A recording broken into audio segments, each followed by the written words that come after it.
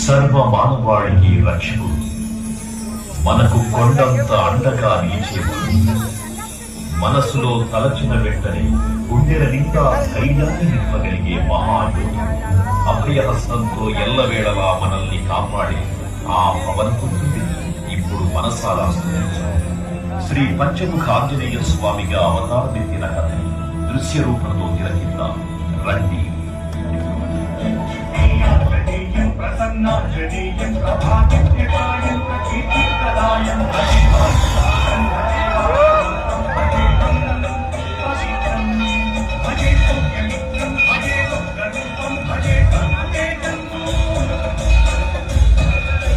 అది రామాయణ మహాయుద్ధం భీకరంగా సాగుతున్న తరుణం.